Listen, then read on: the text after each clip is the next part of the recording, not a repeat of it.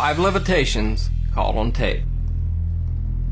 The Georgia sleep levitation. So the story goes that a woman named Diane Crosby was staying with a female friend and began to notice that each morning when she awoke, she would be covered in strange bruises.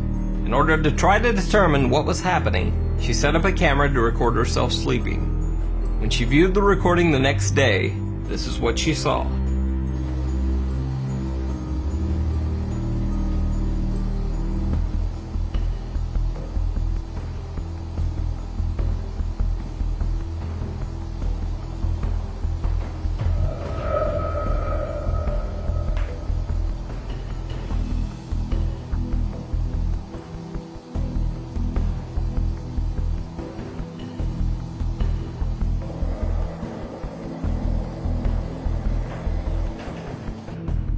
Shockingly, Diane discovered that the tape revealed that her body had mysteriously levitated above the bed at some point during the night.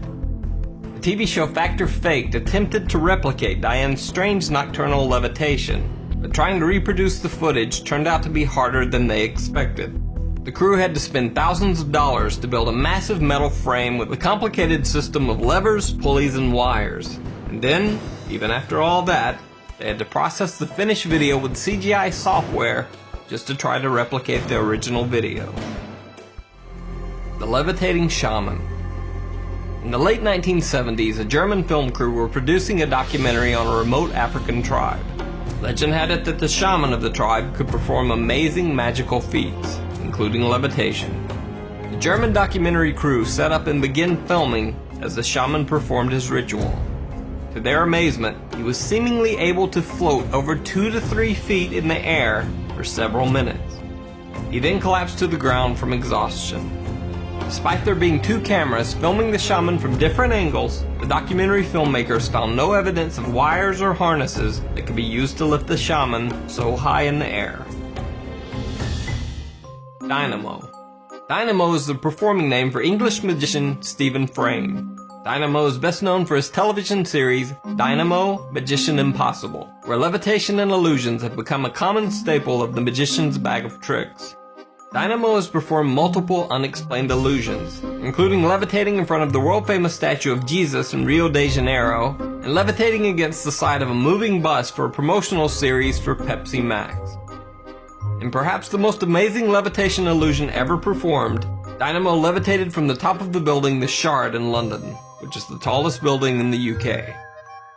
At first, critics called the trick a colossal fail, after the magician tweeted out a picture of the illusion a few days before it was scheduled to air. In the picture, close observers could clearly spot wires holding the magician in place, or so they thought. Days later, when Dynamo's final TV show aired, the show included footage of Dynamo actually adding the fake wires into his own picture in Photoshop.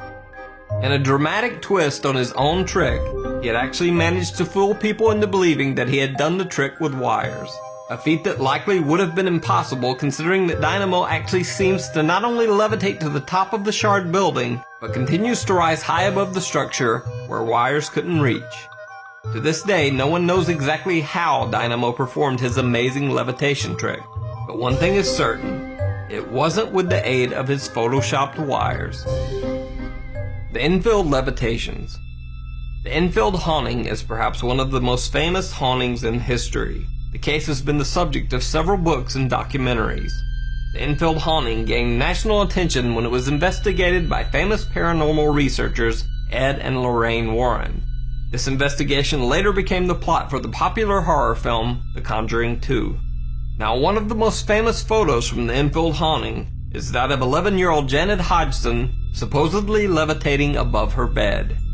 Many have dismissed the photo as simply a picture of the girl jumping from her bed and caught midair on film. However, multiple witnesses have claimed that Janet's levitations were a common occurrence, and that they themselves had been present and saw the levitations with their own eyes. What makes this case especially odd are the other supernatural phenomena that were recorded in the house. Parapsychologist Maurice Grosse conducted experiments where a lamp was repeatedly ripped from its wall socket and thrown across the room by some mysterious force. At one point, one of Janet Hodgson's shoes was seemingly thrown at him as he tried to leave. 2 English policemen reported witnessing a chair levitate 4 inches off the ground and move down the hallway right in front of their eyes. It came off the floor, or maybe a ½ inch, I should say, and I saw it slide off to the right, about 3.5 to 4 feet before it came to rest. I checked to see whether or not it could possibly have slid along the floor. I placed a marble on the floor to see whether or not the marble would go in the same direction as the chair did, and it didn't roll at all. I checked for wires under the cushion of the chair, and I could find no explanation at all. And perhaps strangest of all, Janet Hodgson would often speak in the voice of a spirit she called Bill. Now keep in mind that the audio that you're about to hear is the recording of an 11-year-old girl speaking on tape. I want you to tell me whether you remember what happened to you when you died. Just before you died and just after you died.